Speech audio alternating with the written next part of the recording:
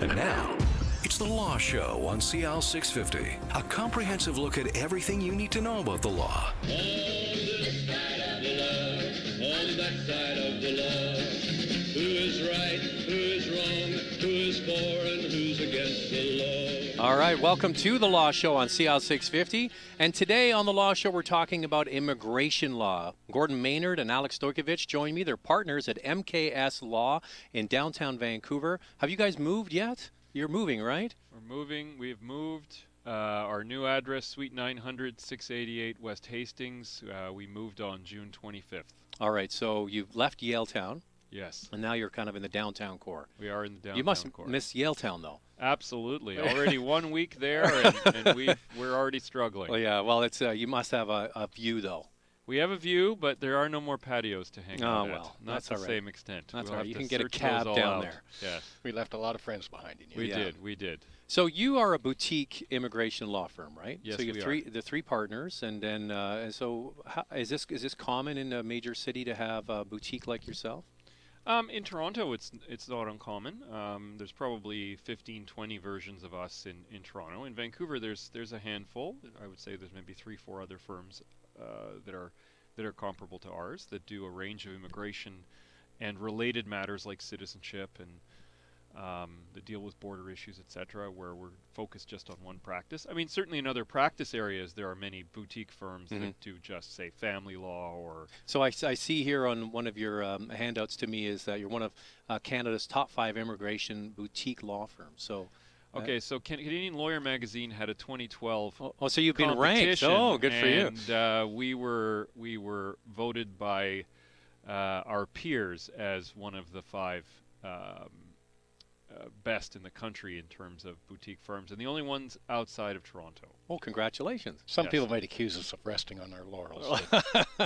Top 5 in the country as voted by your peers, that's pretty good stuff. Yes, they've done this since in 2014, and I noticed that we weren't on that list. I guess you didn't take them out to dinner. I guess on not, the patios in Yaletown. Although as these things go, there was, of course, the obligatory Canadian Lawyer Magazine requirement that you then go and advertise yourself. Yes, that's it. So. Yeah, okay, that's the way that works.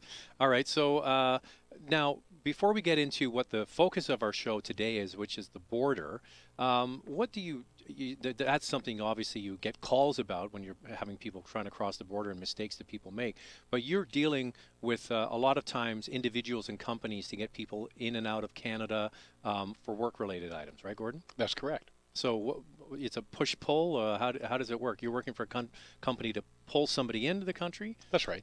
And a lot of our work involves companies in Canada wanting to bring in skilled workers. They're going to have to come across the border and enter Canada and be given authorization to remain here and work in Canada. That may translate down the road to obtaining permanent resident status, maintaining the worker here on a permanent basis as a permanent resident of Canada.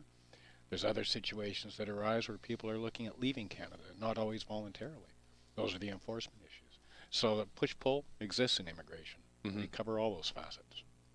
And you must work for individuals as well who may be wanting to come to Canada. That's right. A big part of our practice is personal services work, although the corporate work is probably equal or same size as our personal services practice. And then we do also do immigration litigation. That's the smallest of our 3 practice areas, I would say, but it is there. So we want to talk about the border. And from what I understand, and I think, has it been a good service to have this border TV? What's it called again? The Border Security. Border Security TV show. I think has that done a service for Canadians to kind of look behind the curtain to see what goes on at the border? I think so.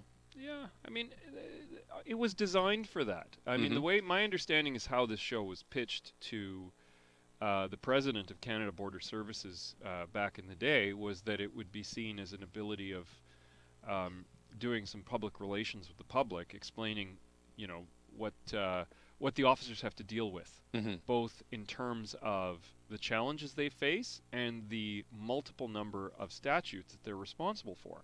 And it is true. I mean, Canada Border Services is a relatively new entity in the history of Canadian law. What was it before? Well, the question is how many other elements were they before? So basically in 2005, under some pressure from the United States to create something that was similar to Customs and Border Patrol, they took the revenue, the customs and revenue folk that were customs-based, customs and excise. So out those of are Canada, shipments coming across the border, those sorts of things, yeah, right? those folks at the border worked for Canada. It was called CRRA at those Canada Customs and Revenue Agency, CCRA, and they also took the enforcement wing of the immigration branch, which was part of Citizenship and Immigration Canada, who were in two different departments at the border, along with the Agriculture Canada inspectors, and moved them into one dedicated unit calling themselves Canada Border Services, so that all of the border functions would be integrated within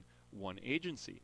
The challenge with this, though, is that these different groups that were brought in together came from different corporate cultures. Some were government departments, others were actual agencies. Some It's just straight policing kind of stuff, right? absolutely, and some of them came from a culture of heavy judicial oversight, like our area, Citizenship and Immigration, where there is a established culture of judicial review and federal court oversight, to customs, which does not have the same or did not have the same level of judicial oversight. So those were kind of mashed together. Plus, you have responsibility for a multiplicity of different statutes, from agricultural statutes to the Immigration Refugee Protection Act, to various customs statutes, the Proceeds of Crime Money Laundering Act. These officers Goes on and on, who right? used to be specialized Yeah. now have to become sort of generalists on all of these statutes. And it became a problem. In the first 3 years after the agency was created, they had something like a 22% turnover annually in terms of officers at the port of entry, particularly because it was just too difficult to command all of these different lines of business. So you had, there was a very broad but very thin knowledge base. Is that how we describe That's it? the issue. That's the issue. Yeah. I think Gordon can speak to that. There's been some changes to that now, and they've brought back old legacy officers from the old days who have brought a certain amount of professionalism back into at least the immigration aspect of things. Yeah, the transition to move the immigration enforcement into CBSA was particularly interesting. Back when that occurred, we were speaking with the Assistant Deputy Minister at CIC in Ottawa, and he was saying, you're taking people who are part of a facilitative culture as well as an enforcement culture, because citizenship and immigration used to have a right hand and a left hand. The right hand would bring people in and the left hand would throw them out in appropriate circumstances. So they handled both facilitation and they handled enforcement. When you took the enforcement people out of CIC and put them into CBSA, you created a culture that was only enforcement minded. They no longer were connected to the facilitation hand. And he said, I'm not worried about it now. He says, I'm not worried about it now. You're going to have people coming from the CIC facilitation culture, put them into CBSA, and I'm worried about 5 years from now, 10 years from now, 15 years from now. What was the worry? Where we are now. Well, the worry is that the culture is enforcement minded, and you no longer have the legacy officers who used to come from the facilitation side. So everybody in CBSA is basically indoctrinated into an enforcement culture. And So can you give me an it. example of the difference between, this is your world, so I'm trying to extract from you what the difference is between somebody who's enforcement versus these Well- legacy officers. Well, let me give you an example.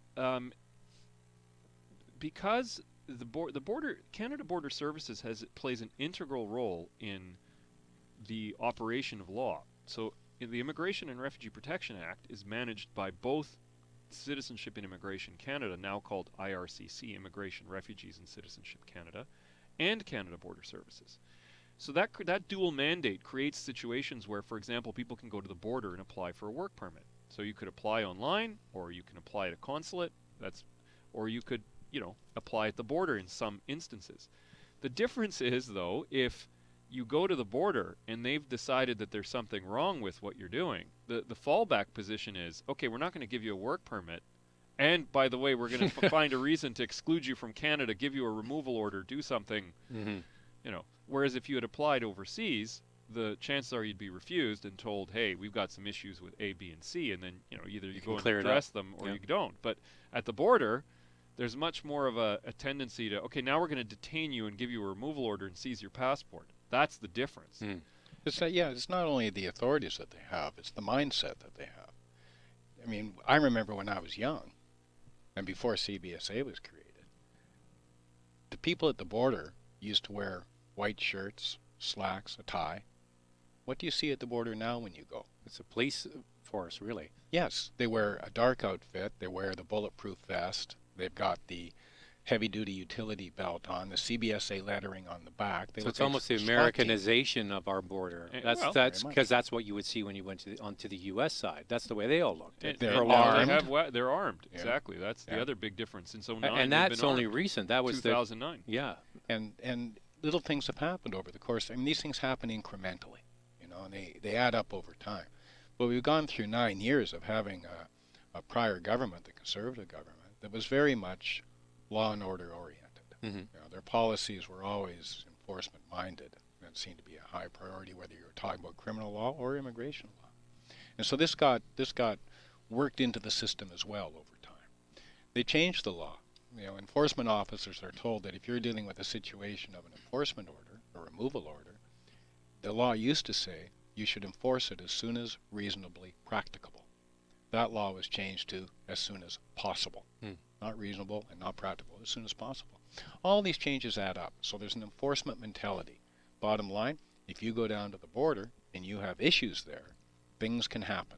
They have authorities that just don't exist in other places, and they're willing to use them. Well, Gordon, thank you very much for segueing into what we're going to talk about after the break, because we want to talk about what you can expect when you go to the border, what authority the border has in your life, whether you're coming in or trying to exit or being forced to exit, so what you can expect when we continue on The Law Show right here on CL 650.